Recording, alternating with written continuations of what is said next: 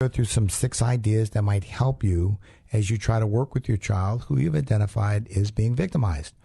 So let's start off with the first idea, which has to do with... Get your child's input. You know, a lot of times we really don't understand what's going on. And unfortunately, you know, parents tend to not ask enough questions or listen enough to the child experience. So what we're asking you to do is for you to sit with your child and ask enough questions so that you understand the dynamics. You know, what is the name of the child that is bullying you? When does it occur? In what form does it take place? Is it emotional? Is it physical? Has he broken any of your toys or pencils or marked in your books or has taken things from you?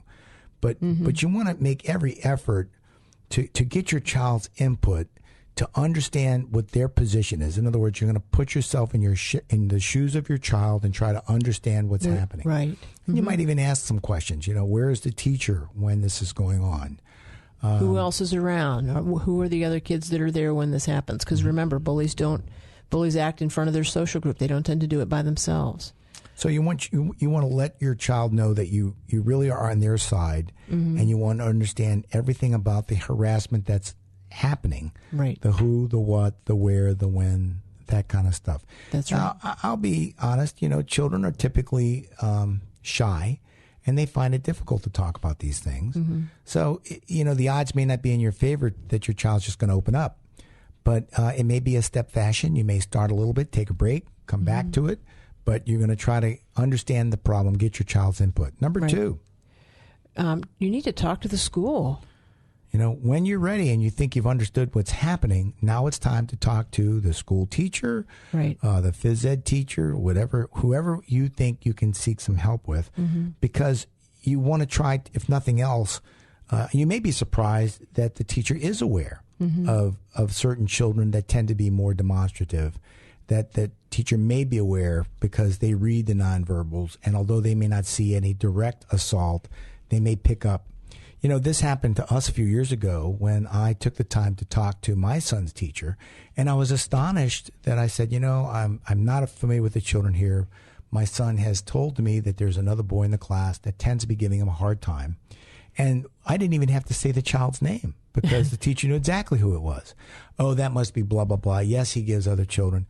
What's interesting about this, though, is that the teacher had not weighed in yet at any level, even though she was aware that this particular child was being very aggressive in their interaction with the other children. Fell right into our statistics from earlier where, you know, 1 in 4 teachers will do nothing.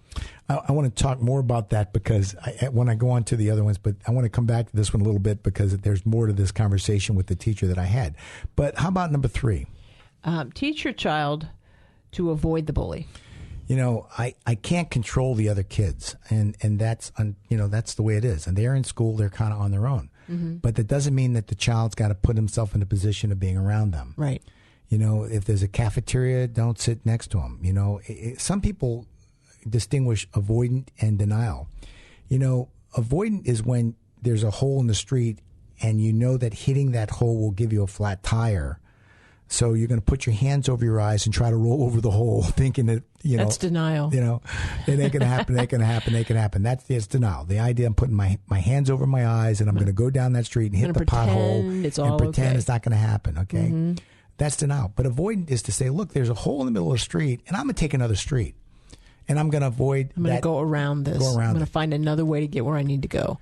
And that's what we need to be teaching our children. You know, stay away from how that do kid, I stay away from this person? You know, there are other pressures that are working here. Let the kid run into other issues, but, you know, take it to your level at least and stay away from them. Number 4. Encourage your child to be assertive.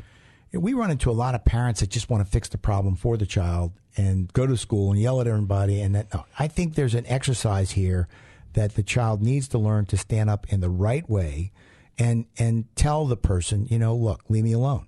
And talk to the teacher. And they've got to learn through self-esteem and self-worth to stand up and execute. Yes, it's frightening for all of us parents. We don't like it. It makes us nervous.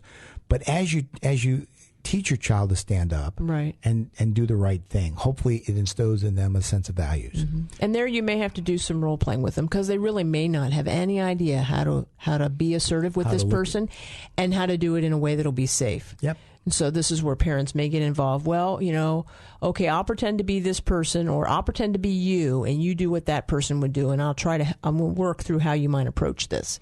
And that's where Carrie is talking about practice with your child, and the idea that when you practice with your child and go through the idea of, okay, what are you going to do when this occurs? Mm-hmm. Who are you going to talk to? What kind of words are you going to use? What result might you expect? Right. It's important for your child just to work with you how to go through this idea of, I do this, it's got to be done, I'm very nervous, yes. but I'm going to get through this. Okay. Yeah. And then finally, number 6 is, teach your child to move in groups. A good support system at school typically is your child does get along with certain kids. Mm-hmm. Connect with those kids. Stay away from those detrimental children that are causing us this problem, and tend to stay with your social support group and stay away from that person that tends to be degrading and derogatory. Now, I'm going to get back to this little thing I told you before I was going to come to, which is talk to school authorities. It's interesting that when I talked to the teacher about my son having this experience, and the teacher tended to know what child it was, then I said, well, Tyler had explained to me that he had talked to you about this child, and you understood that, correct? And the teacher said, yes, we had this conversation. Well, he also had come back to me that day and said the teacher didn't do anything, so I asked my teacher, could I talk to the principal? Yeah. Now, this is my 12-year-old son telling me, I just told my teacher, you haven't done anything, I want to talk to the principal. And I asked the teacher, I said, this is what my son's telling me, that, you didn't do anything and he asked to talk to the principal. What did you say? And she said, well, I said no. He couldn't talk to the principal. Well, I was astonished. I was really proud of my son for telling the teacher, look, you're not acting on this. It's still going on. Can I talk to the principal?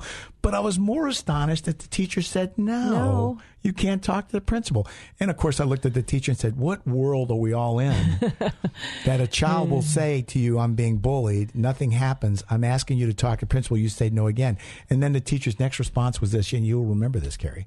She said, well, it doesn't matter because the kid got expelled yesterday.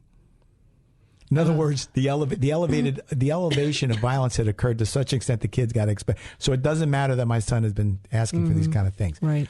We've done